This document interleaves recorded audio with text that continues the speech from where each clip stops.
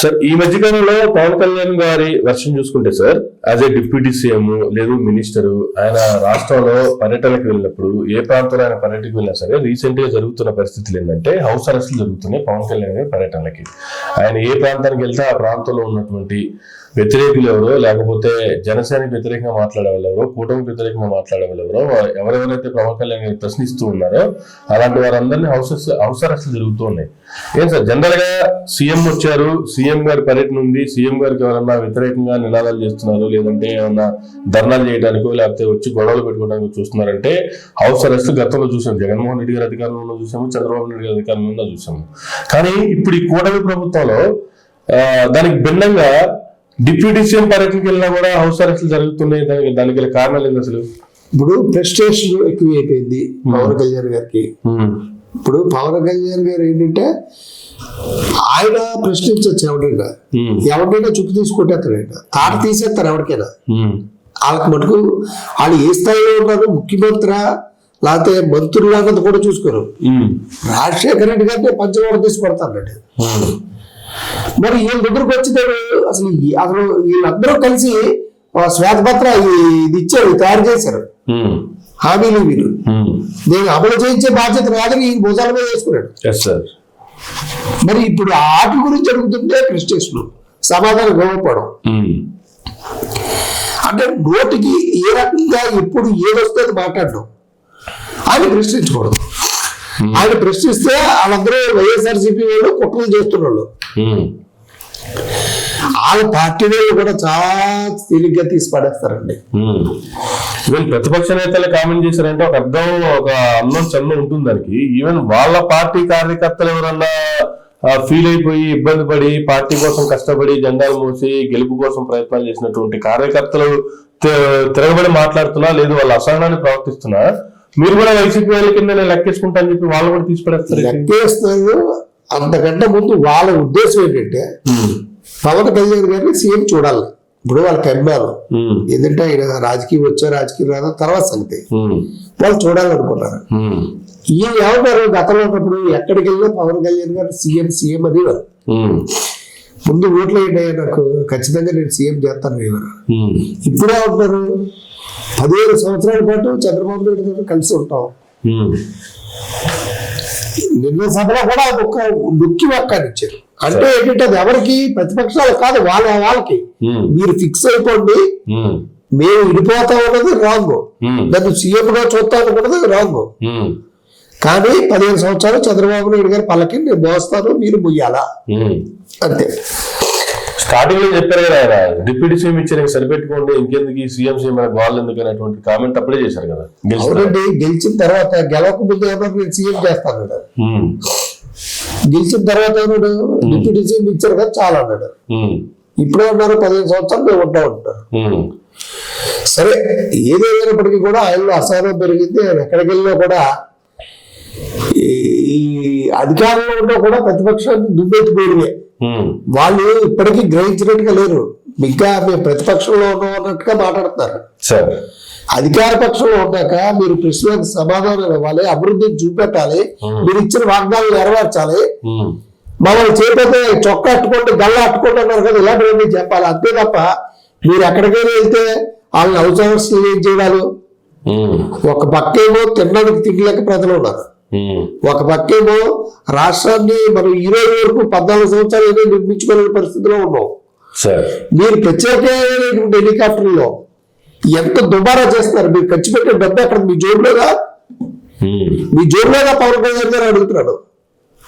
ప్రజల డబ్బుని ప్రజలు కట్టినటువంటి ట్యాక్స్లో డబ్బులతోటి మీరు గన్నవరం, హైదరాబాద్, తిరుపతి మీ ఊరి మీద తిరుగుతున్నారు స్పెషల్ హెలికాప్టర్స్ లో. అంత అవసరమే ఉంది. అసలు యాక్చువల్ గా రాజ్యాంగంలో ఎక్కడ డిప్యూటీ సీఎం మన పదవి లేదు. అంటే మినిస్టర్ అంతే, ఈక్వల్ టు మినిస్టర్. అందువల్ల మీరు ఎలా వేసుకుని వెళ్ళిపోతారండి ప్రత్యేకమైన విమానాలు పెట్టుకుని. ఇప్పుడు చంద్రబాబు నాయుడు గారికి వచ్చేటప్పుడు ఏంటంటే మమ్మల్ని విమర్శించరు కదా ఆయన, మాకు అది చాలు, ఏం కావతో అది తీసుకోండి, మీకు ఏం కావతో మీరు తీసుకోండి, మాకు ఏదో మేము కావతో తీసుకున్నాం. ఎవరైనా వచ్చినట్టుగా వాళ్ళు వ్యవహారం చేసిన తర్వాత ఉమ్. నిజంగా ప్రజలు సాటిస్ఫాక్షన్ ఉన్నారా, మీ ప్రభుత్వం పట్ల సాటిస్ఫాక్షన్ ఉన్నారా, మీ ఎంక్వైరీలు కాదు, మీరు ఎవరైనా ఒక థర్డ్ పార్టీ చేత మీరు ఒకసారి చేయించండి. ఎందుకు సాటిస్ఫాక్షన్ గా ఉంటే వాళ్ళు అవసరస్తులు చేయాల్సినంత అవసరం వచ్చింది. నిన్నటి వరకు జగన్మోహన్ రెడ్డి గారిని పరదాలు పెట్టుకుంటే కనుక బయటికి రాలేనటువంటి పిరికి ముఖ్యమంత్రి అని చెప్పి కామెంట్ చేసిన వీళ్ళు పరదాలు అదే కదా, వీళ్ళు ప్రతిపక్షంలో ఉన్నట్టుగా మేము చేస్తున్నారు. మేము అధికార పక్షంలో ఉన్న బాధ్యత అనేది అక్కడే లేదు. బాధ్యత ఏంటంటే మమ్మల్ని ప్రశ్నించడానికి వచ్చే వాళ్ళు అరెస్ట్ చేయడం. ప్రశ్నించడానికే మా పార్టీ పుట్టింది అన్నటువంటి మీరు మిమ్మల్ని ప్రశ్నించడానికి ఎవరైనా వచ్చే లోపల వేసేస్తారు, అరెస్టులు చేస్తారు. మిమ్మల్ని ప్రశ్నించకూడదా? కాదు, మీరు ఏమో ఎక్కడి నుంచి దిగి వచ్చారా? ఇది అత్యంత దారుణంగా ఉంటుందండి.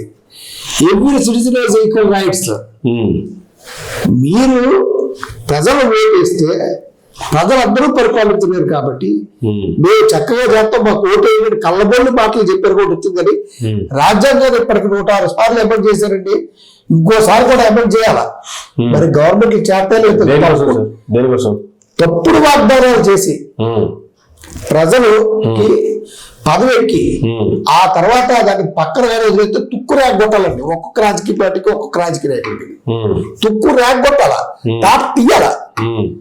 అంటే వాగ్దానాలు ఇచ్చేయడం, వాగ్దానాలు అమలుపరచకపోవడం ఈ దేశం అంతా ఎలాగ ఉందండి. ఆ రోజు ప్రజలు తిరగబడిన రోజు ఈ దేశం పురోగతిలోకి వెళ్తుంది.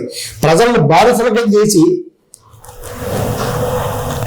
పోలీసు వ్యవస్థను ఉపయోగించుకుంటూ వాళ్ళ మీద ప్రజలను పెట్టి మీకు రక్షణ. ఒక మనిషి వెళ్తే ఒక కేవలం ఓటే ప్రజల చేత ఓడించుకుంది, మీకు ఓటేసిన మాకేమీ లేదు. ఎవరైనా ఏమన్నా చేసినా కూడా పోలీస్ స్టేషన్కి ఇంత కేసు పెట్టే పరిస్థితి లేదు. ఎన్ని రకాలుగా మోసాలు పోతున్నా కూడా కేసులు సాల్వ్ చేయట్లేదు. నీ సేవలో ఉండిపోతున్నారు. కోర్టులు ఎన్ని కొట్టుకెళ్ళేసినా ఏమి చేసినా ఇలా బుద్ధి రావట్లేదు. కేరళ ఏంటంటే రాజ్యాంగం మీద అవగాహన లేపడం. ఇప్పుడు ఆ మధ్య ఇప్పుడు నానా పటేకర్ గారు ఒక బుక్ అన్నారు, వీళ్ళకి దేశభక్తి ఉండాలి ఫస్ట్ రాజకీయ నాయకుడికి. ఒక 5 సంవత్సరాలు బోర్డర్లో పనిచేసి వచ్చాకే రాజకీయ నాయకుడి కింద వేయాలండి. వీళ్ళకి ఏ క్వాలిఫికేషన్ ఉందండి? ఏ క్వాలిఫికేషన్ ఉండదు రాజకీయ నాయకుడికి? ఎవరైనా వేసేయచ్చు. ఒక పోస్ట్ రావాలంటే అటెండర్ పోస్ట్ రావాలంటే డిగ్రీ ఉండాలా? మళ్ళీ పరిపాలించడానికి బట్టి ఏ డిగ్రీ అక్కర్లేదు. వాళ్ళకి ఇష్టం వచ్చినట్టుగా డ్యూటీ చేయడం, గోండాయిజం చేయడం, రౌడీజం చేయడం, మధ్య పెట్టించాలి. అసలు రాజ్యాంగం మీద అవగాహన లేదు. పవన్ కళ్యాణ్ గారు కూడా ఆయన అఫిడవిట్ లో ఆయన ఎడ్యుకేషన్ క్వాలిఫికేషన్ దగ్గర ఆయన పెట్టి 10th క్లాస్ అని అంటే కదా. ఉండండి, అది తర్వాత సంగతి. నేను ఒక పవన్ కళ్యాణ్ గారిని చెప్పట్లేదు, మొత్తం దేశం అంతా అలాగే ఉంది పరిస్థితి. ఇప్పుడు ఈ వ్యవస్థ మారాలి. ఇప్పుడు ప్రతిపక్షంలో ఉన్నప్పుడు గుర్తుకొస్తాయి ఇవన్నీ. మనం మాట్లాడుతున్న మాటలు అంతకంటే ఎక్కువ పడతారు. అధికార పక్షంలో ఉన్నా కూడా ఆయన ప్రతిపక్ష నాయకుడి కింద మాట్లాడుతున్నాడు తప్ప ఇంతకాలమైనా ఇంకా జగన్మోహన్ రెడ్డి గారే. మీరు బాగు చేస్తుంది ఏది? ఎక్కడ కడతారు అమరావతి? మీరు నెక్స్ట్ టైం కొంటారు 2029లో పూర్తి చేయలేదా? మీరు అది దృష్టిలో పెట్టుకోండి. నాట్ ఓన్లీ పవన్ కళ్యాణ్ గారు సార్, ఈవెన్ క్యాబినెట్ మినిస్టర్స్ ఎవరు కామెంట్లు చేసినా, లేదు కూటమి ఎమ్మెల్యేల్లో 164 మంది ఎవరు కామెంట్లు చేసినా, అందరూ ఇప్పటికీ ఏ కామెంట్లు చేయాల్సి వచ్చినా జగన్మోహన్ రెడ్డి మొత్తం వ్యవస్థలో నాశనం చేసిపోయాడు, దాని మీద బాగు చేస్తున్నాం, బాగు చేయడానికి 5 సంవత్సరాలు కూడా సరిపోదు అనేటువంటి కామెంట్. తర్వాత ఏంటి మళ్ళీ ఆయన వస్తే ఇప్పుడు ఆయన పాడు చేశారు. నువ్వు బాగు చేస్తుందే చూపెట్టు. మేము చేసేవాళ్ళు చూపెట్టండి, ప్రజలకు ఇవి తీర్చేవాళ్ళు చూపెట్టండి. కానీ వీళ్ళు చేస్తున్న కామెంట్లు, వీళ్ళు మాట్లాడుతున్నటువంటి మాటలు, జరుగుతున్నటువంటి నేపథ్యం చూసుకుంటే ఆంధ్రప్రదేశ్ కూడా మరో నేపాల్, మరో శ్రీలంక పరిస్థితులు ఆంధ్రప్రదేశ్ లో పునరావృతం అయ్యే అవకాశాలు కనిపిస్తున్నాయి. ఖచ్చితంగా ఉండండి. ఎస్సీ ఎస్టీల మీద అకృత్యాలు పెరిగాయండి, దారుణాలు జరుగుతాయండి. ఎక్కడ పడితే అక్కడ కూడుతున్నారండి వాళ్ళని. ఇది మటుకు వాళ్ళ దానికంటే వైఎస్ఆర్సీపీ దానికంటే ఎక్కువ ఉందండి. ఈవెన్ హోమ్ మినిస్టర్ కింద అనిత గారు ఉన్నా కూడా, అదే సామాజిక వర్గానికి చెందిన అనిత గారు ఉన్నా కూడా ఇప్పుడు ఆవిడ అన్ని ప్రెస్ మీట్లు మాట్లాడతారు జగన్మోహన్ రెడ్డి గారిని తిట్టడమే పనిగా. అసలు ఈ దాంట్లో ఇక్కడ ఇంత మీ సామాజిక వర్గానికి చెందినటువంటి వ్యక్తులు నీ అంత దారుణంగా ట్రీట్ చేస్తూ కూడుతూ తిడుతూ అక్రమంగా భయభ్రాంతులకు గురి చేస్తుంటే ఒక హోమ్ మినిస్టర్ మీరు ఏం చేస్తారు సార్? సో ఏదైనా పరిపాలన అనేది గాడి తప్పుతుంది. ఎవరేం మాట్లాడతారో తెలియట్లేదు, ఎవరేం మాట్లాడతారో తెలియట్లేదు. అసహనం పెరిగింది. సో ఏదైనా కాలం నిర్వహిస్తుంది. అంతవరకు ఇంకో 3 సంవత్సరాలు ఉంది కాబట్టి ఈ 3 సంవత్సరాలు ఎవరు ఆపలేడు. ఆపలేని సంగతి వాళ్ళకి తెలుసు.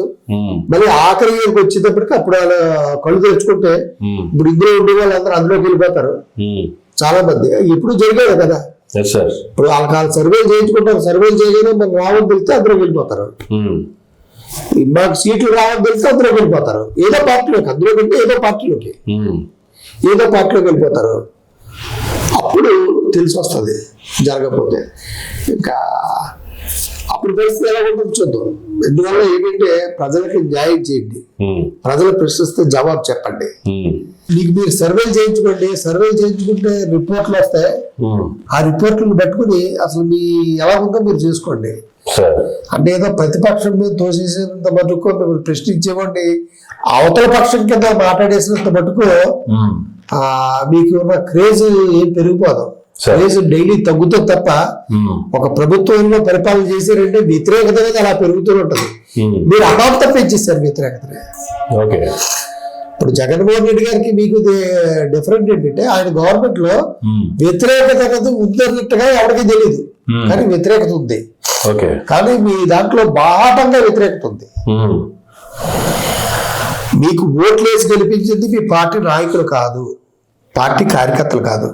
నిన్న జగన్మోహన్ రెడ్డి గారు కోటేసిన వ్యక్తులే, మాలాంటి వ్యక్తులే ఈ రోజు మీకేశారు. ఇదే వ్యక్తులు షిఫ్ట్ అవుతారు అక్కడికి, ప్రజలు చూస్తారు కాబట్టి. అందువల్ల మీ కార్యకర్తల వల్ల, మీ తాలూకు కళ్ళబొల్లి ఉపన్యాసాల వల్ల, వాగ్దానాలు చెప్పి ప్రజల్ని మభ్య పెట్టారు. అది మటు కరెక్ట్. సో ఇదేదో చేతల్లో ఉంది చూద్దాంలే అని చెప్పి వచ్చారు. ఇప్పుడు మీరు చేయలేసారు కదా, ఈయనకంటే ఆయనే బెటర్ అని చెప్పి అటు సైడ్కి షిఫ్ట్ అయ్యే అవకాశం ఉంది. అప్పుడు షిఫ్ట్ అయితే ఇప్పుడు మీరు ఎలా అరెస్ట్ చేస్తారో వాళ్ళు ఎలా అరెస్ట్ చేస్తారు కదా, రాష్ట్రమే బాగుపడతాం. వాళ్ళు మీరు టార్గెట్, మీరు వాళ్ళ టార్గెట్. సో ఏదైనా ప్రజలుగా, ప్రభుత్వాలు ఎన్నుకున్న ప్రజలుగా మీరు అభ్యర్థించేది ఏంటంటే అభివృద్ధిపై దృష్టి పెట్టండి, దోచుకోవడం ఆపేయండి, దోచుకుంటూ శిక్షించండి. మీరే ఒక పక్క దోచుకుంటుంటే మిగతా అధికారులు ఏం చేస్తారు? యథా రాజా తథా ప్రజ, అలాగే ఉంటారు. కాబట్టి మనం ఇన్స్పిరేషన్గా ఉండాలి తప్ప మన గోయిని మనమే తవ్వుకుంటుంటే లేదు. ఇప్పుడు ఏంటంటే అక్కడ ఉండేది ఏంటంటే మీ గోయి మీరే తవ్వుకుంటారని నేను భావిస్తున్నాను. Right sir.